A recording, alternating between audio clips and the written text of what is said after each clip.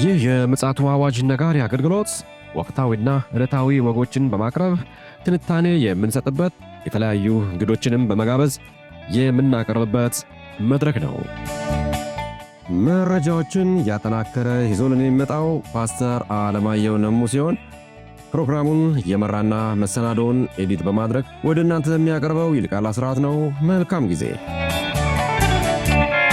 ሻሎም ሻሎም፣ ወደ የምፅዓቱ አዋጅ ነጋሪ አድማጮቻችን እንዴት አመሻችሁ? ዛሬ እንግዲህ እሁድ ነው። በእሁድ ምሽት ደግሞ መረጃ ልናቀብላችሁ ዳግም ብቅ ብለናል። ከፓስተር አለማየሁ ጋር ለበርካታ ጊዜ የዓለማችን ወቅታዊ ክስተት በመንፈሳዊ ቅኝት ለመጽሐፍ ቅዱስ የቃኘን ወደ እናንተ ማድረስ እንግዲህ ከጀመርን ሰነባብተናል። ዛሬም እንግዲህ መረጃዎች ስላሉ እነዛ መረጃዎች ደግሞ ለእናንተ ለማጋራት በዚህ ምሽት ተገናኝተናል። ፓስተር አለማየሁ እንግዲህ ከአገልግሎት መልስ ከአዲስ አበባ ውጭ ነበረ። ቢሆንም እንግዲህ ድካሙም ሳይበግረው ለእናንተ ለእኛም መረጃ ሊያቀብለን መስመር ላይ ተገኝቷል። ስለሱ እግዚአብሔርን እናመሰግናለን። ይልቃል አስራት ነኝ ከምፅዓቱ አዋጅ ነጋሪ። ተመልሰን እንመጣለን፣ ጠብቁን። አድማጮቻችን መስመር ላይ ደወል አድርጌ ያለው ፓስተር ጋር አገልግሎት ላይ ሰንበት ብሎ ነው የመጣው። እንግዲህ መረጃዎችን ደግሞ በእግዚአብሔር ጸጋና ብርታት ያቀብለን መስመር ላይ አለ። በቅድሚያ ሰላምታ ላቅርብና በቀጥታ ወደ መረጃው እናመራለን። ሰላም ላንተ ይሁን ፓስተር፣ እንዴት አመሸ? እንደምን አመሸ ወንድም ይልቃል። እግዚአብሔር ይመስገን። ያው እንደተናገርኩት አገልግሎት ውለ ነው የመጣው። እንግዲህ ትንሽ ከአዲስ አበባ ወጣ ያለች ከተማ ነው፣ ወደ ገጠር። አንተ ብዙ ጊዜ ወንጌል ላይ ትኩረት ሰጥተህ ትሰራለህ። በተለይ የገጠሩን ክፍል በጣም እግዚአብሔር ጸጋ በስቶልህ በየጊዜው ትሄዳለህ። እንዲሁም ደግሞ መረጃዎችን ደግሞ ለአድማጮች ደግሞ ታጋራለህ። ይሄ ብርታት ከየት መጣ? በጌታ ጸጋ ነው እንጂ በራሳችን አንዳችን ቢሆን ነገር የለም። ስጋ ሁልጊዜ ደካማ ነው፣ ግን መንፈስ ደግሞ ዝግጁ ነው። እኛ ሁልጊዜ ምንድነው ያመንኩበትን ያለምኩትን ነገር ሁልጊዜ ለማሳካት እግዚአብሔር በሰጠኝ ጸጋ እተጋለሁ እንጂ ከራሴ የሆነ አንዳች ነገር የለም። እውነት ነው። ብዙ ጊዜ አሁን ያለን አገልጋዮች ወደ ገጠር ላይ ትኩረት አንሰጥምና የገጠሩ ደግሞ ማህበረሰብ ደግሞ ናፍቆት አለው ብዬ አምናለሁ። እንግዲህ ትንሽ እጥረትም አለ የአገልጋዮችም። በተለይ ደግሞ በዚህ በዘመነ ፍጻሜ እንደነዚህ አይነት የገጠሩን ክፍል ማገልገል እድልንም ነው ብዬ ማስባለሁ። ተጠያቂነትም ኃላፊነትም ጭምር ነው እና ይሄ ነገር መለመድ የለበትም ወይ? እንደውም ዝም ብሎ ከተማ ላይ ብቻ በመከተም ነው ወይስ እንደገና እግዚአብሔር የሰጠንን ጸጋ ለሁሉም መድሎ ሳናደርግ ማካፈል እንዳለብን አምናለሁና እስኪ ሐሳብን በጥቂቱ አጋራን። አንዳንድ ጊዜ ስትናገር ትችት ይመስላቸዋል፣ አንዳንድ ሰዎች ቀንተ ይመስላቸዋል። ግን አይደለም። እግዚአብሔር ተልእኮ ከሰጠህ እግዚአብሔር ከተማ ገጠር አይልም።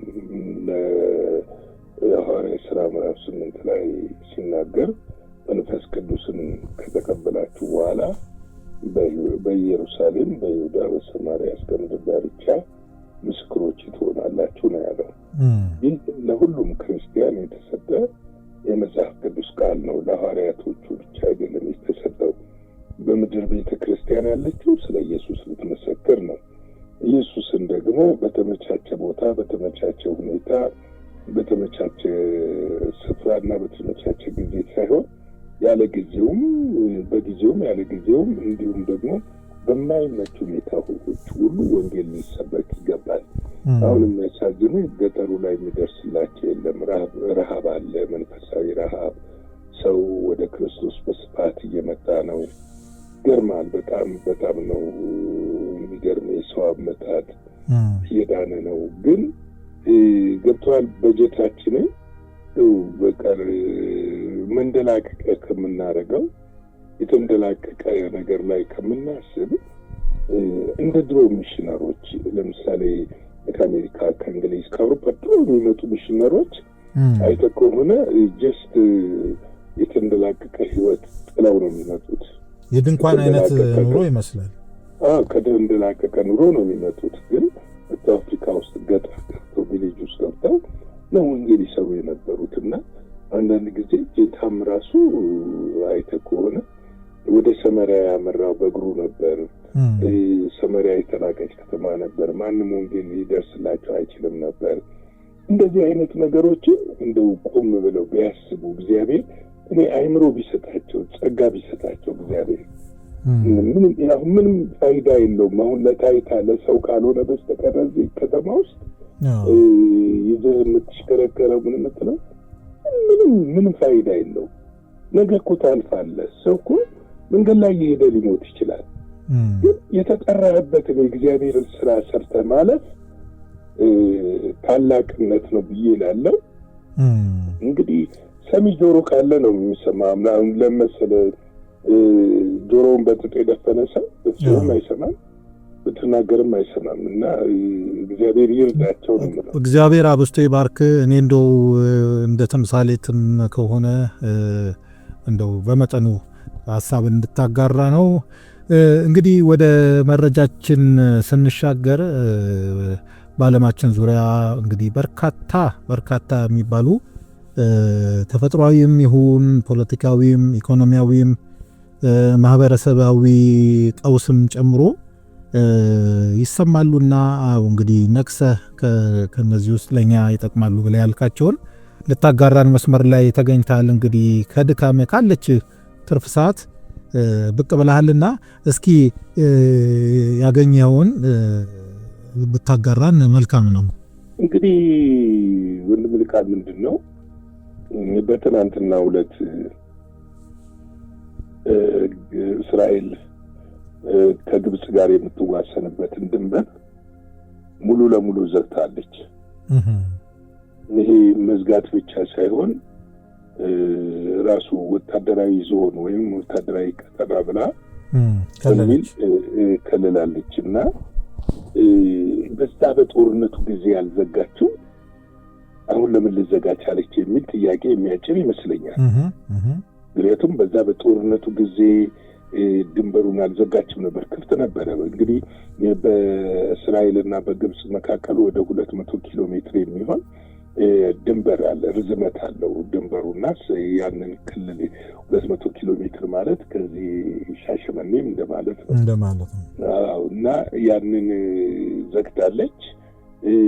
እንግዲህ የእስራኤል መከላከያ ሚኒስትር የሆኑት እስራኤል ካት ትናንትና በሰጡት መግለጫ የሁለቱ ሀገሮች ድንበር ለእስራኤል ስጋት እየሆነ መምጣቱን አስታውቀው ሙሉ ለሙሉ ድንበሩ የተዘጋ እንደሆነ እንደተዘጋ ገልጸዋል። እንግዲህ ምንድነው ለምንድነው የተዘጋው? ምክንያቶቹ ምንድናቸው ስንል እኛ ከዚህ በፊት ማንም ሳይዘግበውና ሳያነሳው ሐማስ መሳሪያ ከየት ነው የሚያገኘው?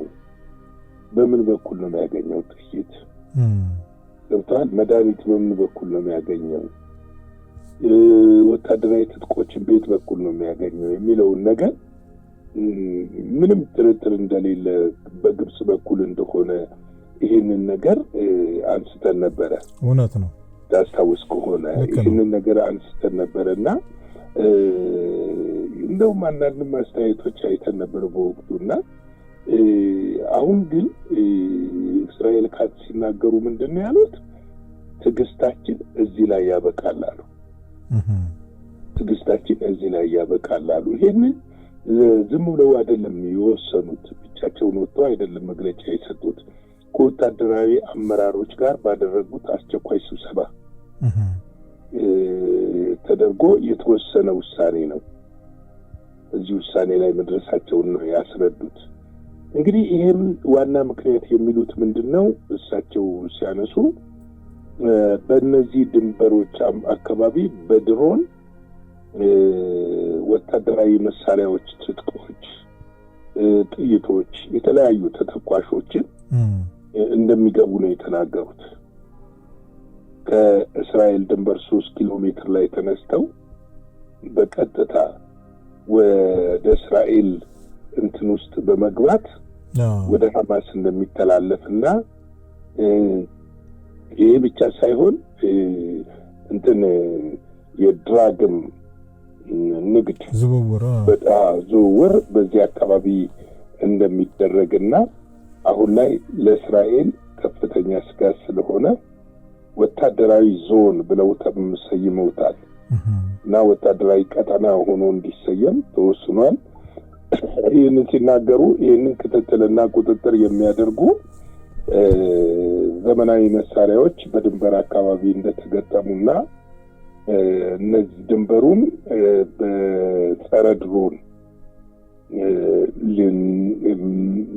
ድሮኖች በሚታዩበት ሰዓት በጸረ ድሮን እንደሚመቱ ተናግረዋል። ይህ ብቻ ሳይሆን የተናገሩት በጣም የሚገርም ነገር ማንም ወደዚህ ቀጠና መግባት አይፈቀድለትም። ከተፈቀደለት ሰው ወይም ደግሞ ከሚመለከተው ሰው ወደዚህ ቀጠና ገብቶ ቢገኝ እስራኤል አለዛ አቅጣጫ ላይ እንግዲህ ማንኛውም ሰው ገብቶ ቢሆን ድሮኖች ቢገቡ ማንኛውም ወታደራዊ እንቅስቃሴዎች በቀጠናው በዛ ቀጠና ላይ ቢታዩ የእስራኤል መከላከያ ሰራዊት ወይም ጦር እርምጃ እንዲወስድ ትዕዛዝ ተሰጥቶታል እና ይህንን ትዕዛዝ በሚገባው ወታደሮቻችን ያስከብራሉ ብለው ነው የተናገሩትና እንግዲህ ድንበር አሁን ለምሳሌ ድንበር ለእንዲህ አይነት ነገር አይዘጋም። ድንበር ብዙ ጊዜ የሚዘጋው ወታደራዊ ከፍተኛ የሆነ ወታደራዊ ስጋት ሲኖር፣ በቀጠናው የጦርነት ስጋት ሲኖር፣ በሀገሮች መካከል ወይም የዲፕሎማሲ ግንኙነቶች ሲቋረጡና አገሮች ለጦርነት ሲፈላለጉና ሲፋጠጡ ድንበሮች ይዘጋሉ።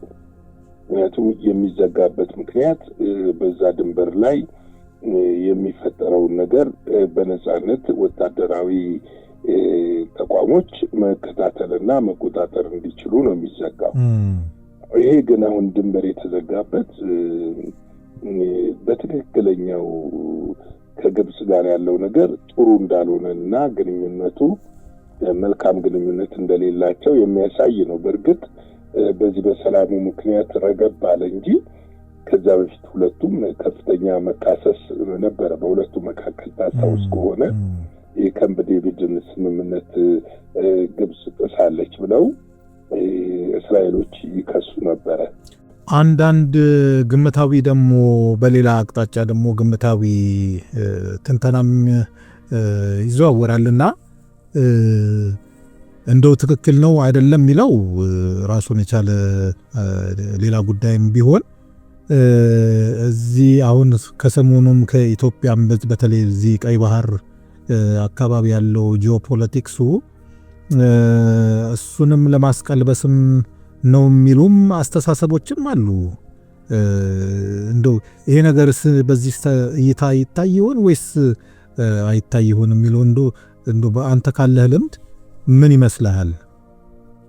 አዎ እንግዲህ በሀገሮች መካከል በሚኖረው ወታደራዊ ፖለቲካዊ ዲፕሎማሲያዊ መልካም ወዳጅነት የሌላን ሀገር ጥቃት ለአንደኛው ሀገር የሌላኛውን ሀገር ጥቃት ለመከላከል የተለያየ ስትራቴጂያዊ እርምጃ ይወሰዳል።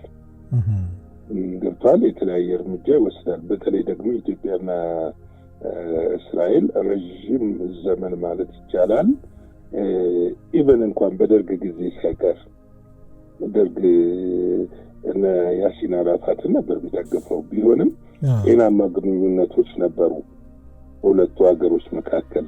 እንደውም በኃይለ ሥላሴ ጊዜ የኢትዮጵያን ኤርፎርስ እና አየር ኃይልን ያሰለጥኑ የነበሩት እነሱ ናቸው። እውነት ነው። እና መልካም ግንኙነቶች አሉ። እነዛ ግንኙነቶች ደግሞ ቀጠናው ላይ በእርግጥ አሁን አንተ ያነሳው ነገር ጥሩ ነገር ነው። ቀጠናው ላይ ብዙ ሀገሮች ፍላጎቶች አላቸው። ምዕራባውያን ምስራቆቹ እንዲሁም ደግሞ የእነዚህ ገልፍ ሀገሮችን ቀጠናው ላይ ያሉ የቀይ ባህር አዋሳኞችን ብዙ ፍላጎት ያላቸው አሉ። ምክንያቱም ቦታው በወታደራዊ ብትወስደው በኢኮኖሚ ብትወስደው ስትራቴጂክ ቦታ ነው። ስትራቴጂክ ቦታ ከመሆኑ የተነሳ እዚህ ቀጠና ላይ ኢትዮጵያ እንድትመለስ ግብጾች አይፈልጉም። ነገር ግን ደግሞ የእስራኤል መጠናከር ደግሞ ግብጽን ማነው የግብጽን መጠናከር እስራኤል አትፈልግም። ግብጽን ብትሆን እስራኤል እንደው ትንሽ አንገቷ ጎንብሶ ብታገኛት ከመምታት ወደ ኋላ አትልም። ምንም ይሄ የሚታወቅ ነገር እኮ ነው። ልክ ነው። ገብቷል። አንዳንድ ጊዜ የጠላት ወዳጅ ነው በሚል ነው በዲፕሎማሲ ያንተን ሀሳብ እስከሸጥክ ድረስ ተስማምተህ ልትኖር ትችላለህ። ግን የማትስማማባቸው የሚቃረኑ ሀሳቦች ሊኖሩ ይችላሉ። ልክ ነው። ስለዚህ ምናልባትም ሊሆንም ይችላል። ግምት ብቻም ሳይሆን ሊሆንም ይችላል። ነገር ግን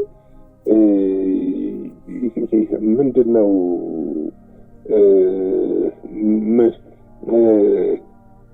ተስባም ምን ትበል አህያ ጅብ ነች ይላሉ።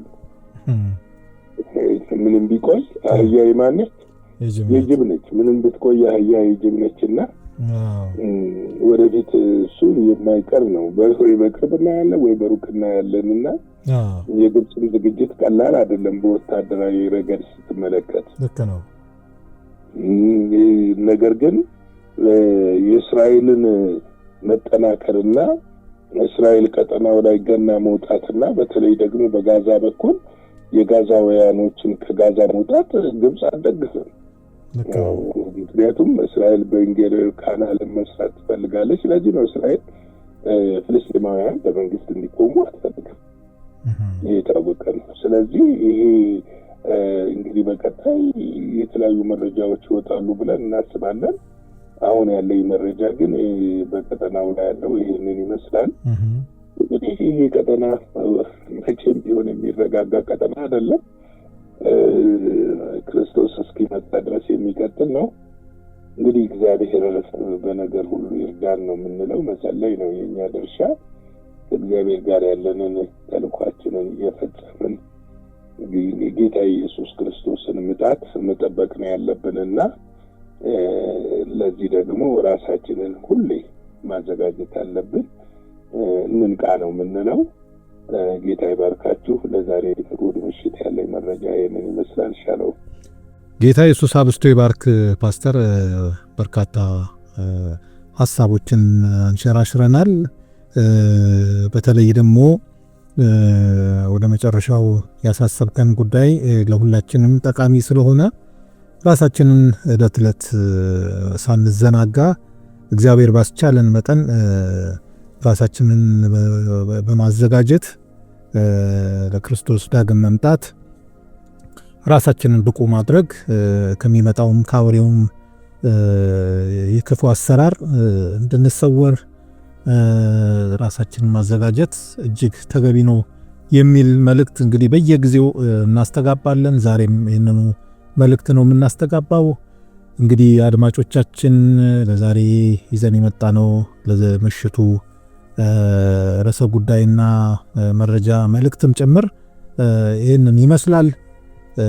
እግዚአብሔር ፈቃዱ ከሆነ ደግሞ በነገው ዕለት ደግሞ እንዲሁ አዳዲስ ጉዳዮች የሚጠቅሙንን ማንቂያ ደወል ፓስተር ይዞልን ይመጣል። እስከዚያው ድረስ እንግዲህ የእግዚአብሔር ምሕረት፣ ቸርነት፣ ጸጋ ከሁላችን ጋር ይሁን። መልካም ምሽት ይሁንላችሁ። ሻሎም። ለዛሬ ይዘን የመጣነው ወቅታዊ መረጃ ይህንን ይመስል ነበረ። በሌላ ጊዜ በሌላ መሰናዶ እስከምንገናኝ ሰላም ለእናንተ ይሁን።